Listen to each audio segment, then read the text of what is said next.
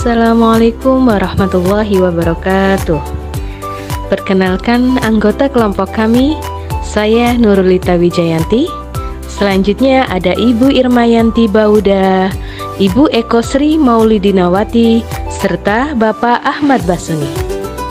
Kelompok kami akan membahas tentang prinsip pengembangan kalibrasi instrumen penelitian. Yang pertama adalah pengertian instrumen. Instrumen penelitian adalah alat yang dipakai dalam sebuah kegiatan penelitian, khususnya sebagai pengukuran dan pengumpulan data. Pengertian instrumen menurut para ahli. Yang pertama menurut Suharsimi Arikunto. Instrumen menurut Suharsimi adalah alat bantu yang digunakan oleh peneliti ketika mengumpulkan data. Tujuannya agar penelitian sistematis dan mudah. Sedangkan menurut Ibnu Hajar menjelaskan, instrumen penelitian merupakan alat ukur yang dipakai untuk mendapatkan informasi kuantitatif yang berisi variabel berkarakter dan objektif. Selanjutnya adalah jenis-jenis instrumen. Yang pertama adalah tes, yang kedua angket atau kuesioner, yang ketiga interview, yang keempat observasi, yang kelima skala bertingkat, yang keenam dokumentasi, dan yang ketujuh diskusi kelompok terfokus. Slide berikutnya akan dilanjutkan oleh Ibu Irmayanti Bauda. Baik, terima kasih Bu Nurulita. Berikutnya saya akan melanjutkan pada slide ketiga, masih terkait dengan prinsip pengembangan kalibrasi instrumen penelitian. Pada slide ketiga ini saya akan menjelaskan tentang langkah-langkah pengembangan instrumen. Menurut Hajar, dalam suatu penelitian tertentu, peneliti harus mengikuti langkah-langkah dalam pengembangan instrumen. Nah, seperti apa langkah-langkah tersebut? Yang pertama, mendefinisikan variabel.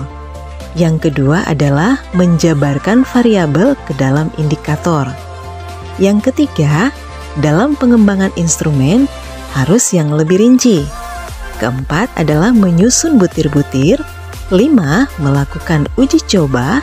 Dan yang terakhir adalah menganalisis kesahihan atau validity dan keterandalan atau yang biasa disebut dengan reliability. Untuk prosedur penyusunan instrumen, di mana prosedur penelitian dalam bidang pengembangan instrumen itu terdiri dari 3. Yang pertama adalah mengembangkan instrumen tersebut, yang kedua melakukan uji coba, dan yang ketiga menyeleksi butir untuk mengadministrasikan instrumen. Nah, pada tahap pengembangan instrumen ini dimulai dengan spesifikasi instrumen dengan melibatkan para pakar dan praktisi di bidangnya, melakukan uji validitas konstruk dan uji validitas isi. Pada tahap uji coba pertama, rancangan instrumen yang telah dikembangkan akan dikalibrasikan melalui uji secara rasional dan uji secara empiris. Dan dari hasil uji coba tersebut akan digunakan untuk penyempurnaan instrumen. Nah, demikian penjelasan saya di slide ketiga. Untuk berikutnya akan dilanjutkan oleh Ibu Eko Sri. Silakan Ibu Eko Sri. Pengertian kalibrasi. Kalibrasi adalah perbandingan antara pengukuran yang diketahui dan pengukuran dengan menggunakan instrumen. Tujuan dan manfaat melakukan kalibrasi. 1. Mencapai kondisi layak pakai atau menjamin ketelitian. 2. Untuk menentukan deviasi kebenaran konvensional nilai suatu instrumen atau bahan ukur.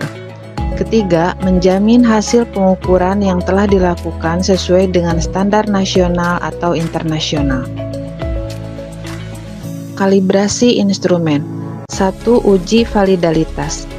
Uji validalitas dimaksudkan untuk mengukur sah atau valid tidaknya suatu instrumen penelitian. 2. Uji reliabilitas. Uji reliabilitas merupakan pengujian yang menunjukkan sejauh mana alat ukur dipercaya atau dapat diandalkan. Apabila digambarkan, maka kalibrasi instrumen itu terbagi menjadi dua, yaitu uji validitas dan uji reliabilitas. Uji validitas terbagi menjadi dua, yaitu validitas internal dan validitas eksternal. Dan reliabilitas juga terbagi menjadi dua, yaitu reliabilitas konsistensi tanggapan dan reliabilitas konsistensi gabungan item.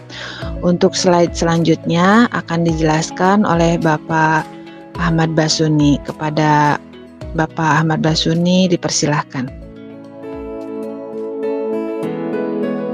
Terima kasih Bu Eko. Selanjutnya yakni kami melanjutkan tentang validitas internal.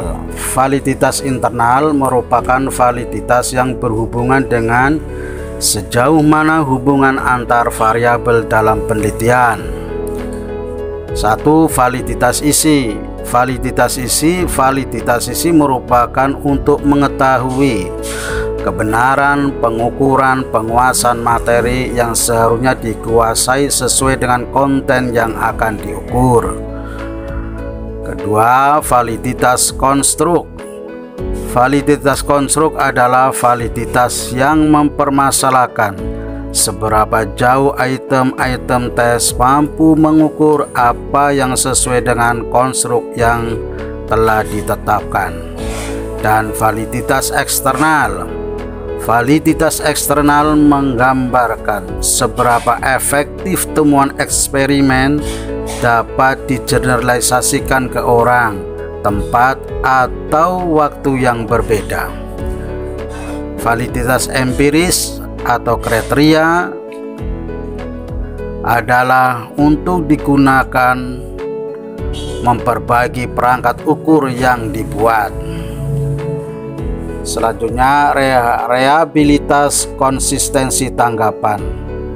Reliabilitas ini selalu mempersoalkan mengenai tanggapan responden atau objek terhadap tes tersebut, apakah sudah baik atau konsisten.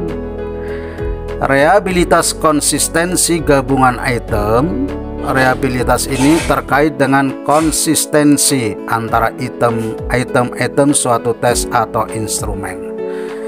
Demikian pemaparan dari kelompok kami.